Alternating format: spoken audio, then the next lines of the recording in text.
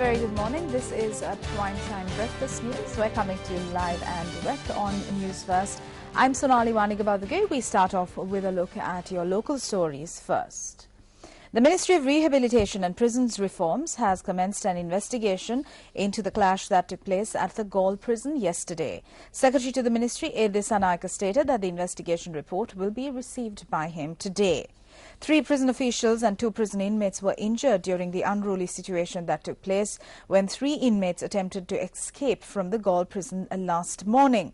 The Secretary to the Ministry of Rehabilitation and Prison Reform stated that the Commissioner General of Prisons has commenced a separate investigation into the incident. The 2 inmates who were injured in the incident are Saman Kumara, a resident of Ambalangoda, who has been in remand custody, and Ramzi Kumara from Moratuwa, who was transferred from the Valikada prison to Galle as a case against him is being heard at the Baddigama Magistrates Court. A prison official said the suspect had been at the Galle prison for over a year and that he also had a robbery case pending against him.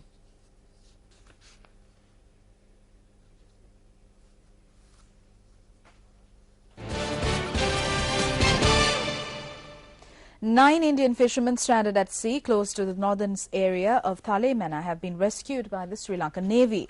Navy media spokesperson Commander Kosal Varnakosurya noted that the group of fishermen and the 2 vessels belonging to them were safely brought to the Thalemena camp. He added that they are taking measures to hand over the fishermen back to India.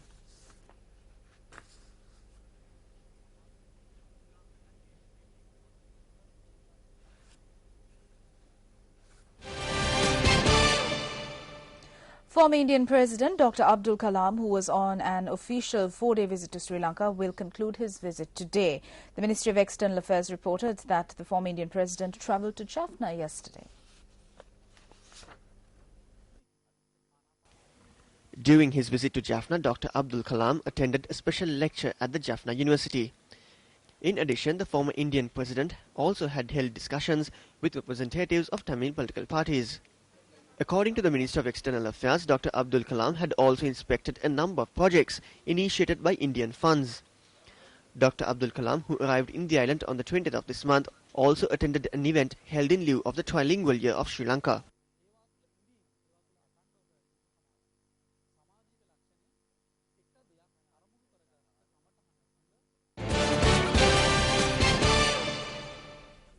The government has decided to take measures to introduce legislation to legalize abortions for underage girls who conceive after rape. Minister of Child Development and Women's Affairs Tissa Karliada says that new laws will also be brought to legalize abortion in situation where the girl conceives as a result of incest. Minister Karliada said that the draft legislation in this regard was being compiled in consultation with the Health Ministry and the Ministry of Justice.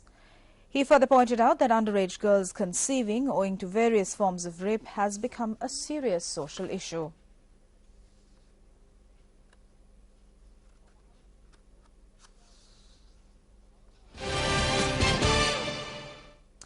A doctor has died falling victim to the deadly dengue disease. The victim is Dr. Hasitha Ranasinghe, who served at the Kalutara Hospital.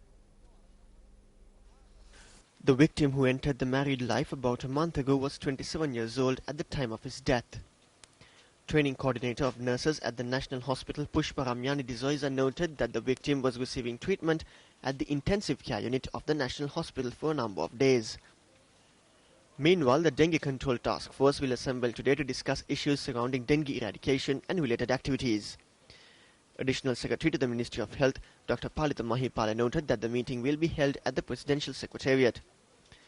Meanwhile, the Ministry of Health added that 28,140 dengue patients were reported last year, while 185 dengue-related deaths were also reported last year alone.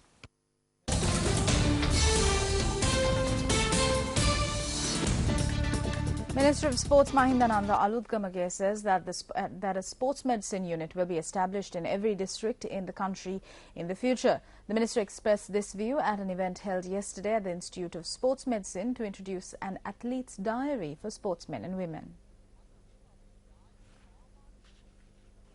At the event, the importance of maintaining an athlete diary in order to minimize the issues such as being charged with using banned substances was emphasized.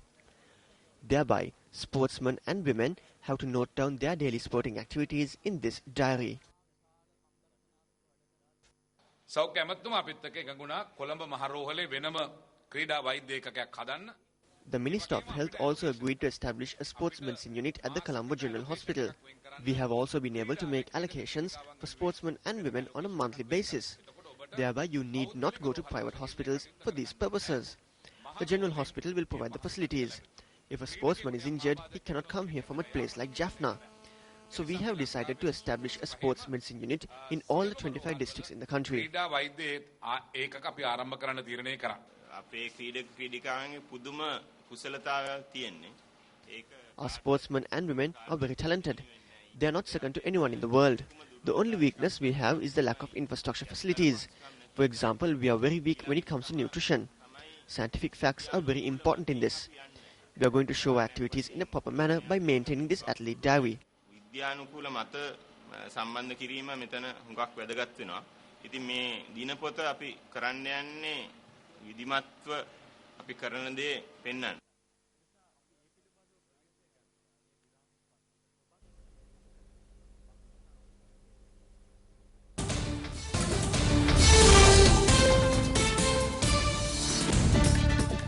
And we'll see you again with more of the very latest at 8:55.